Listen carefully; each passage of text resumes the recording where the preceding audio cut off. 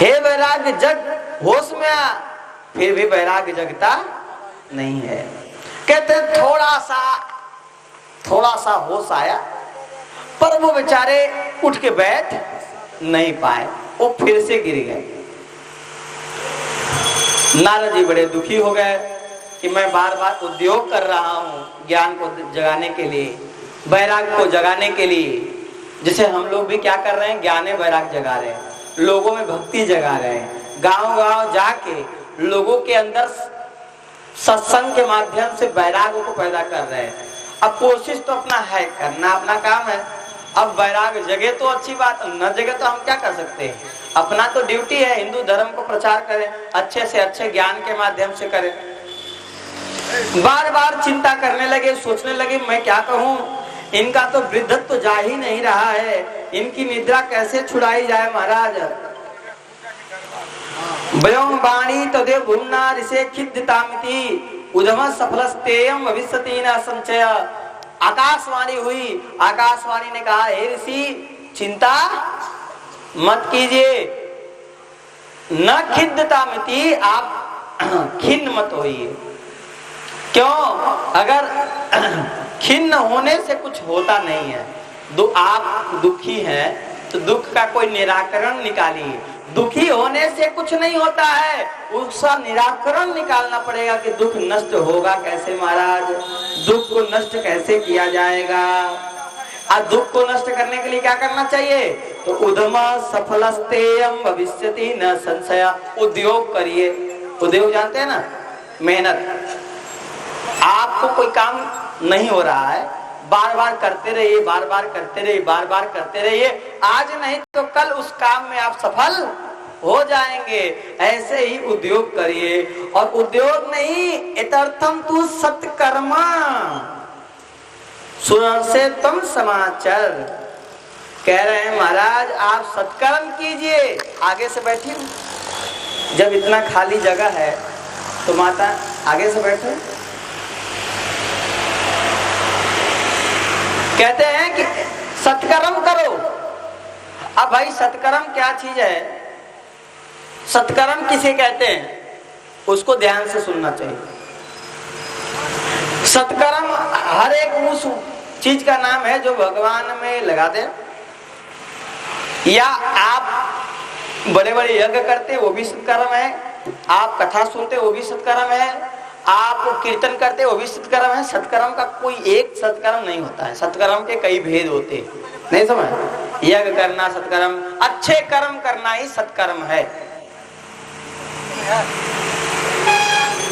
इसको ना हल्का ऐसे लगाओ इधर से,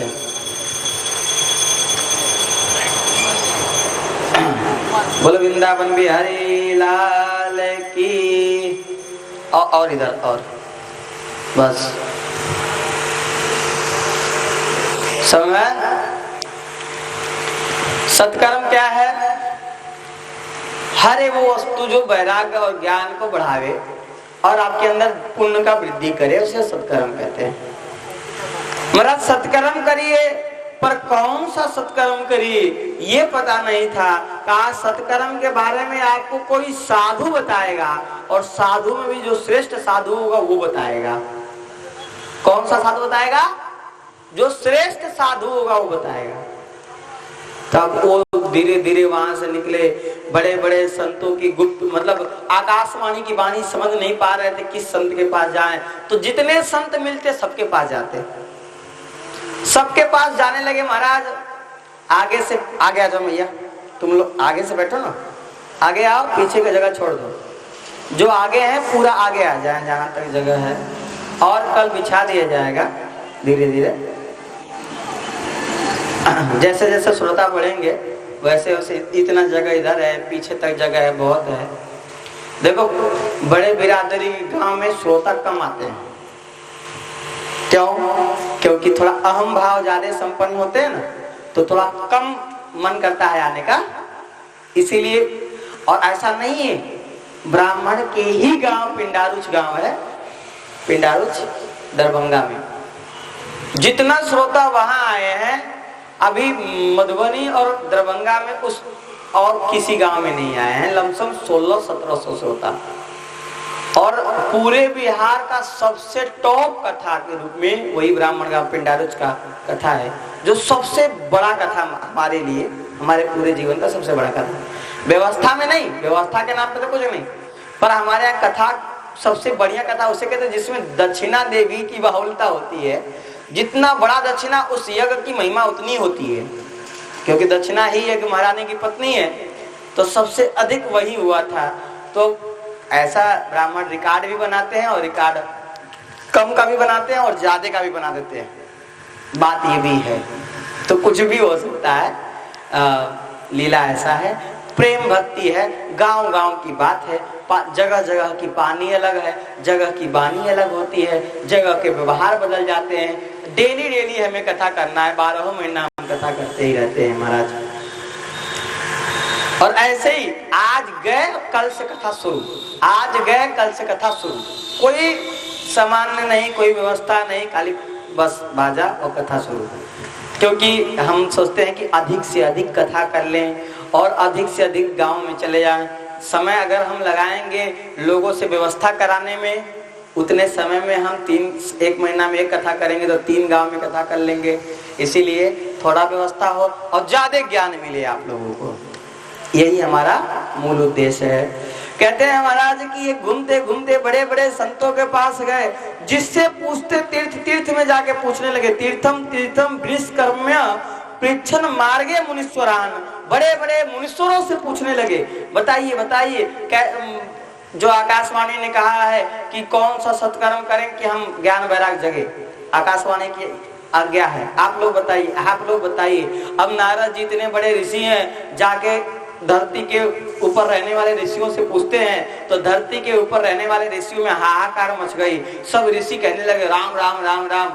जब नारद जी को नहीं पता है, जब देवर्षि को नहीं पता है, तो हम लोग तो छोटे मोटे ब्रह्मर्षि हैं, हम लोग तो छोटे मोटे, हमें क्या पता होगा। तो साफ उन्होंने कह दिया कि हमें नहीं पता है।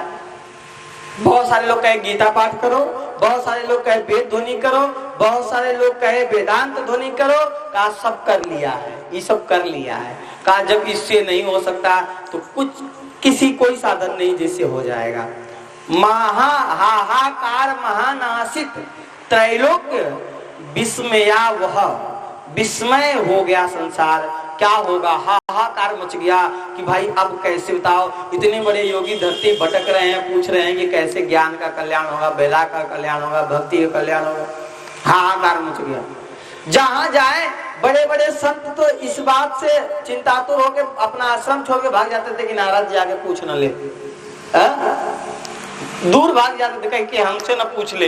अब मान लो हमने नहीं बताया तो हमको लोग कहेंगे ना कि ये तो ज्ञानी नहीं है। ऐसा होता है, बहुत सारे लोग गांव में अगर थोड़ा बहुत पढ़ लिए तो उनको विद्या का थोड़ा सा अपच पड़ता है, तो किसी संत को देखते हैं ना तो पहुंच जाते हैं, बताइए आपका क्या ये है वो है, क्या करते हैं, कैसे करते हैं। मैं कथा करते हैं तो सुन लिया करो, अभी अलग से पूछने की आवश्यकता नहीं है। जब हम कथा करें तो आप बैठ के आकलन कर लो कि मैं अज्ञानी हूँ, ज्ञानी हूँ, अच्छा हूँ, बुरा हूँ, वही आपको पता चल जाएगा। क्योंकि वाणी से ही वक्ता का ज्ञान पता चलता है और वाणी से ही वक्ता की भक्ति पता चलता है, सब वाणी से पता चल जाता है। तो कहते हैं महाराज ये दुस्साध्य है, ये दुस्साध्य है। सब लोग बड़े बड़े योगी कहने लगे। घूमते घूमते घूमते घूमते विशालापुरी पहुंचे और विशालापुरी पहुंचकर वहीं नारद जी को सनकादिक मिले थे, जो कि सनकादिकों को ये कथा सुनाया है। सनकादिकों ने कहा घबराओ नहीं, माँ चिंता को देवर से हर्षम चित्ते समावह उपायो सुख साध्योत्र वर्तते पूर्वी वही। चिंता करने की आवश्यकता नहीं, निश्चिंत हो जाइए। आपका चिंता अब नष्ट होने वाला है, क्योंकि जो उपाय है वो सुख साध्य है, मतलब दुख से नहीं होने वाला है। न आपको नाक दबाने की जरूरत पड़ेगी, न आपको आंख बंद करने की जरूरत पड़ेगी, आपको केवल बैठना है और आपका काम हो जाएगा।